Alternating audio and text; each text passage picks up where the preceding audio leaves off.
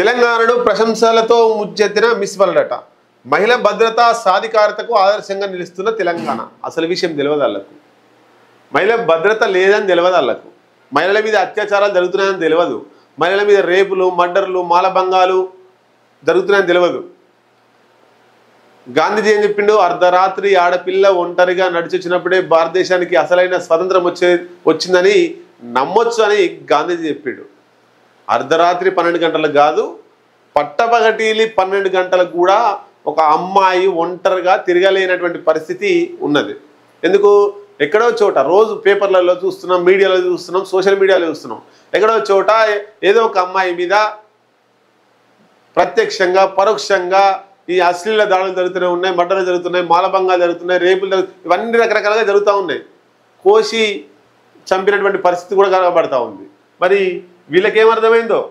వీళ్ళు ఒక్కరోజు 2 రోజులు 10 రోజులు తెలంగాణకు వచ్చి రేవంత్ రెడ్డి పెట్టేటువంటి మంచి మీల్స్, సెక్యూరిటీ 2000-3000 మంది సెక్యూరిటీ తోటి బస్సులలో అక్కడికి ఇక్కడికి తిప్పిస్తే ఇదే సెక్యూరిటీ, మంచి మహిళల భద్రత ఉందనే ఇటువంటిది ఫీలింగ్ వాళ్ళకు.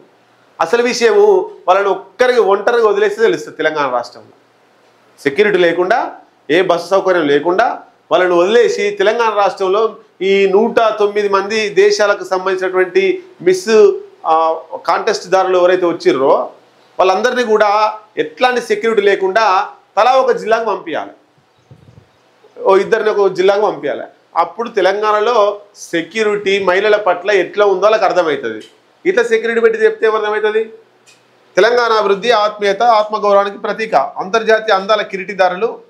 రాష్ట్ర అభివృద్ధి, మహిళల భద్రతా చర్యలపై కాంటెస్టెంట్స్ హర్షం.